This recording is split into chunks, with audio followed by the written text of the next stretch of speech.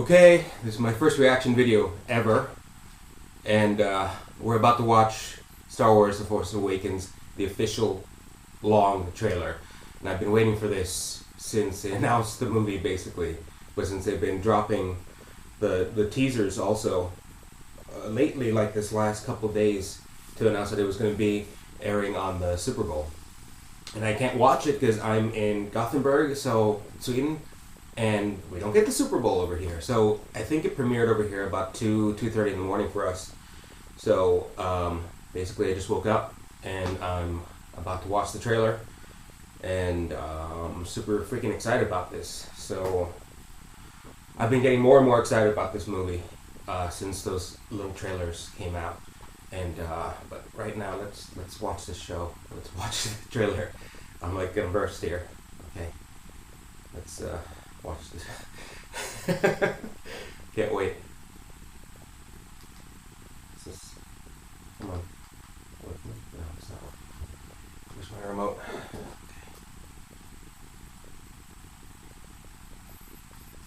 Okay.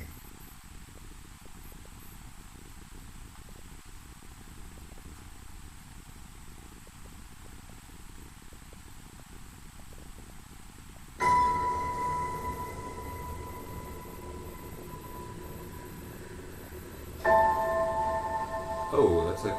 Who are you? Oh, there's a real BB-8.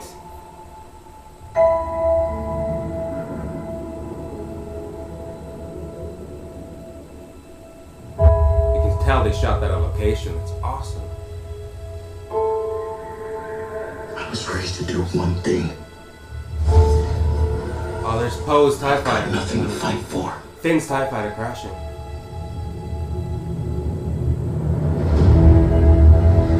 Nothing will stand in our way. I will finish what you started. He's talking to Vader's skull!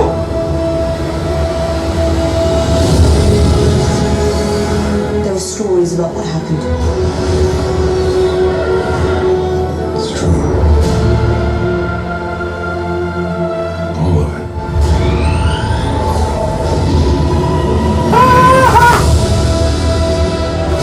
Oh, shit! The dark side. Is that the Knights of Ren? A Jedi.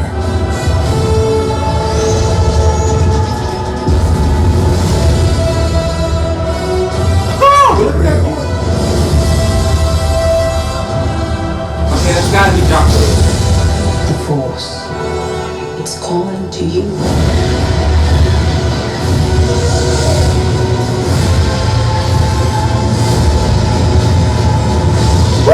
Leia! Just let it in.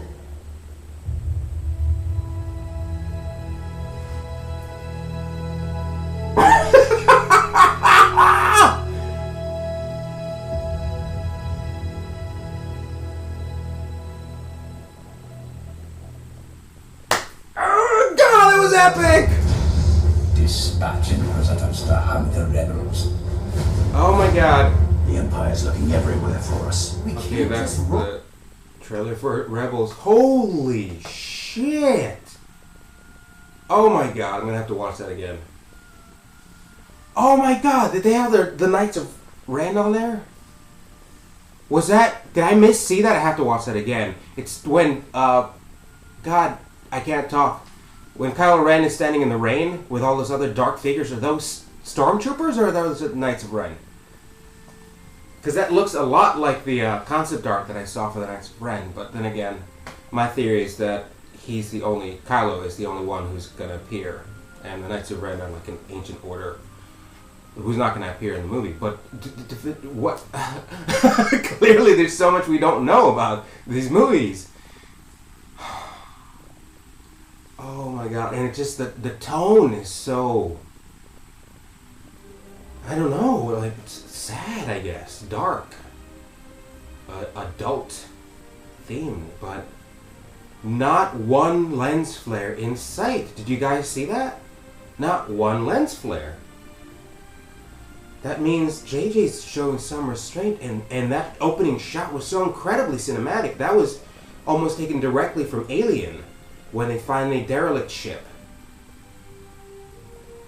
And then they start, like, rappelling downward into the egg chamber. That was almost exactly that. That's fantastic to see that Abrams is doing something more grandiose and yet rooted in some kind of reality. Because that's been my biggest concern with Abrams directing this is, will he be able to contain himself? Because what he did with Star Wars, where the camera was constantly panning around, was constantly tracking the characters, and it just gets a little confusing, and the constant lens flare too. And he toned that down in the second Star Wars movie, the second Star Trek. I've been saying Star Wars. I have Star Wars in the brain. Star Trek movie that he did, Into Darkness, which I liked a lot more than the first, because he sort of toned himself down. And this one, there was not one lens flare, and those shots were just gorgeous, just beautifully framed. They looked like moving paintings to me. Just very iconic. And there's that part where Solo is like, it's all true. The stories you've heard, they're all true. It means basically there's been some kind of washing out of the history of the Star Wars that we all grew up with. I guess the First Order has been doing some serious propaganda and has removed hope from people. The thing that I've been curious about is, at the end of Return of the Jedi, there's the whole Ewok dance party. Yup, and everyone's so happy about this victory, and we all thought, hey, okay, this is kind of like the end of the story here. I did when I was a kid and growing up, and now up until they announced this, we didn't know that there was more story left other than the Timothy Zahn books. But we know those are not canon. But my question is, so the remnants of the Empire get together, they create this thing called the New Order. They're being guided by this dark side figure. Supreme Leader Snoke, from what I've read, is Andy Serkis's character's name. And he has an assistant, Kylo Ren, and who the Knights of Ren are, we don't know yet, we'll find out. But how is it that they managed to maintain so much power when they were so scattered at the end of Return of the Jedi? And the Emperor was dead, and Vader, they just suffered such a crushing defeat. So how is it that they managed to turn things around? And not only that, how did the Rebel Alliance keep from becoming the new, I'm blanking on words here, the New Republic, as it did in the books, which was the whole goal is to recreate the Republic. And apparently they've been kept in this weird stasis, trying to get legitimacy, or because in this movie they're called the Resistance. I mean, you're not called the Resistance if you're a true governing organization. It's what a strange tone. Wow, just such an adult, mature tone that I was not expecting. I thought it was going to be sort of more flashy, but wow, I'm super excited about this. So we bought our tickets. It turns out in Gothenburg, here in Sweden, they're actually premiering the movie, I believe, on Wednesday. That's 2 days before it premieres in North America. And so we got our tickets for the first showing, which is at 10 a.m. Yep, 10 a.m. They don't do midnight screenings here, as far as I know, not in Gothenburg. So we got the earliest one we could possibly get, which is 10 a.m. And so we're going to be out there at 9 in the morning at the biggest movie theater here in Gothenburg. We're just going to, I don't know. We were planning on going to London, basically, because the crowds here tend to be a bit sedate. And I'm the kind of person who goes, "Rah!" and just goes ape shit over the stuff I love. And I wanted a crowd that was going to be as energetic as I am, because I'm from New York. And we have very energetic crowds there. But hey, it's premiering 2 days before here, and so we're gonna stay, and we're gonna watch it at the earliest possible showing you can get here in Gothenburg. But that was epic. That whole the way they just hint at things. They're asking Rey, who are you? And I think that might be Leia's voice, but it sort of has a British tone to it, so maybe it's not Leia. But the question, who are you? That's Rey's journey, isn't it, through this movie? Is figuring out what her history is, why she's out there in this wasteland scavenging. And then, of course, the mythology, apparently, of the Jedi Order, which is what it was in the very first one, in Episode 4, where Luke had heard about the Jedi, but that was an ancient order and they didn't know much. And Ben was just an old wizard who lived in the desert. And I guess they're going back to the idea that the Jedis have become mythology at this point again. It's been 35 years since Return of the Jedi. So, quick theories on what we just saw, from what I can tell, from what I can remember. The temple where you see the heroes walking into, I think Harrison Ford was in that, Holland was in that, where you see that red robot coming out, that sentry. That has got to be the Jedi Temple. Super geeky, but they released these books, I think it's called The Way of the Jedi, or like something about lightsaber, I don't remember. These are the new canon books, and it takes place after Return of the Jedi, so you get to see a little bit of what Luke went through. Well, it starts off after Return of the Jedi, and then the story itself is between, I believe, episodes 4 and 5. I haven't read the book in full, but he goes and winds up finding this Jedi temple with statues sitting out in front that have been obviously attacked by the Sith, and because the heads are missing, limbs are missing, and things like that. So he goes there and gets sort of knowledge of how to create his lightsaber. So that may well be that temple that we just saw in this movie, since it is true. The book is true canon now. So that's probably where they find Luke, because from what we know of the series and what we can tell from the trailers and what we see in the poster, the official poster, Luke is not around. So what I've read is Luke doesn't show up until the final quarter of the movie. Apparently he's gone kind of like hermit after the end of Return of the Jedi for whatever reason. But my speculation is because he was afraid of becoming a Sith. And he sort of figured if he disappeared, the dark side would disappear also, since he did wind up, helping to kill the Emperor, and Vader, his father, is dead.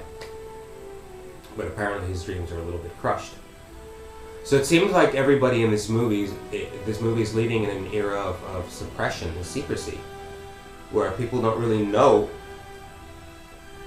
where or what exactly happened with Vader and the Emperor.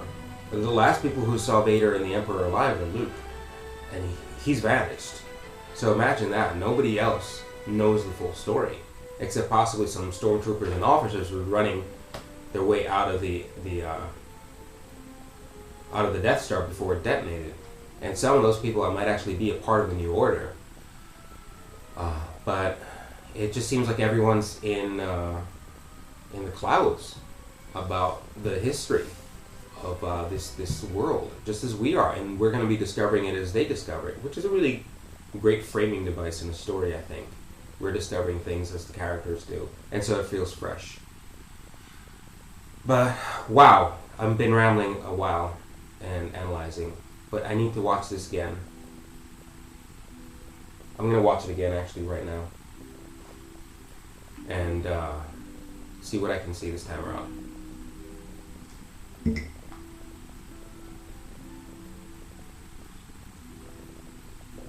It has no rating.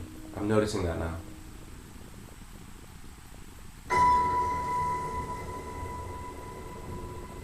The cinematography in this is just so un-Star Warsy. Who are you? That is a gorgeous shot. I'm no one. Real BB-8 there.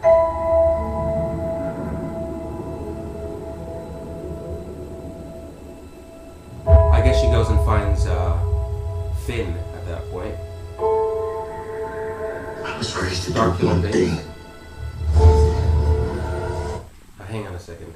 I swear we can hear a little bit of a voice I'm there. no one.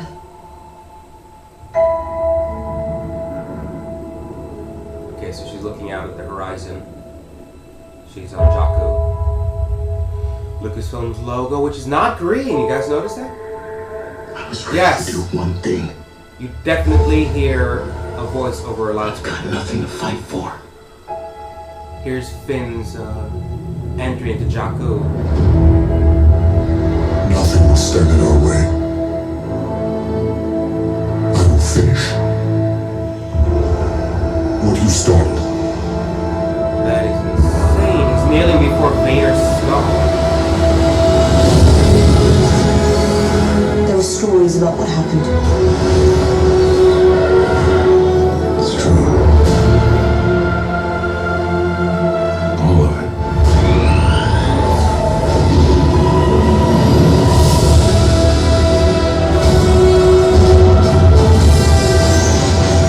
Can't tell. There's a Knights of Ren or a Stormtrooper. A Jedi. Jedi.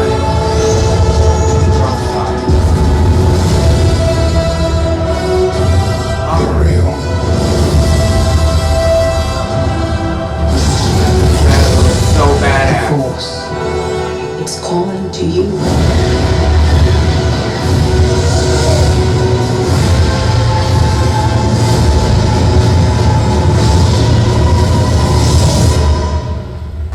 Just let it in.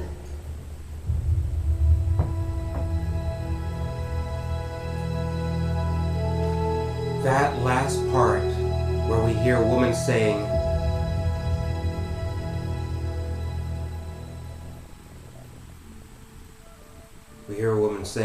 the Force is calling to you, just let it in. That sounds like Rey's voice, so she might be speaking to Finn. But did you notice at the end that Kylo does not have his hood on, he does not have his helmet on, and he's about to face off against Finn? In that final shot, which is, it's a snow planet, that's obviously where Starkiller Base is located, and apparently, I guess, the Resistance goes and launches an attack against Starkiller Base. So that might be where he has the confrontation. Finn has a confrontation with Kylo Ren, who for some reason does not have his helmet on. So, see, Kylo Ren is supposed to be a character who, according to Abrams, is not as fully formed as Vader was in the first movies. So, we can speculate that maybe he's still sort of on the fence about who he is, and whether or not he's going to be full evil or not. Just quarter evil. What else? This is just such a stunning trailer. And it's such a modernistic editing style too. You know, there were no swipes, there were more hard cuts. There are a lot of distance shots where you see a tiny figure in this very large background, so you get a sense of scale on the environments of how large they are. And you get a sense of epicness. What's interesting too is the lighting in the Millennium Falcon is similar to the lighting from Episode 4, but yet it has more of a blue tint, which is, you know, just color correcting as they do nowadays. And the other thing that was really interesting is now they have a holographic projection on the Millennium Falcon, which they didn't have before unless you were playing that weird chess that Chewbacca was playing. But now apparently we're seeing things that the Falcon can do that either was upgraded after Return of the Jedi or just was capable of doing, and we just never saw it in the previous movies. But Leia hugging Han, to me, is amazing. To me, that's an indication that Han is going off to battle, and she is worried for him. And to me, that kind of also, it answers a question that I had, that I was curious on whether Han and Leia are together in these movies. Because Han apparently encounters Rey and Finn, I think, before Leia, and so why is he on Jakku versus being with Leia? Unless Leia is also on Jakku. But then that brings up the question of why they're both on there. But now we can tell that they do have a relationship, and it's a loving relationship. Otherwise, she wouldn't be seeking comfort with him. But that's what I think that indicates, that Han is about to go off on what is certainly a very, very dangerous mission, and Leia is not happy about it. Or they've suffered some kind of loss mutually. So wow, we need to see what Luke is up to in this movie. We need to see who Luke is and how he plays into the storyline here. But that's it. I've been rambling enough, I think. I have theories on Star Wars and Luke's role, but you guys are going to have to tune back in because I've got to get my duckies in a row, and it does include a little bit of controversy, which I think most people will disagree on me, but I think story-wise it just makes sense. Hint, hint, Luke is not exactly the character that we think he is in this movie. Maybe not as benevolent as we'd like him to be. But that's for another video. This was my first reaction video. Of course, it was for the Star Wars The Force Awakens. And we bought the tickets already, and it's 2 months away. And so I'm assuming there's going to be some TV spots coming up after this. And just wow, what a fucking fantastic trailer. I am so excited for the movie now. So super excited. So thanks for tuning in, guys, and come back and watch some more Star Wars related videos on this channel. I've got some theories coming up that you might enjoy or might hate me for. But thanks for coming and watching this with me. This was epic. Fantastic. And I hope you guys are as excited as I am. That was freaking amazing. May the Force be with you. Bye.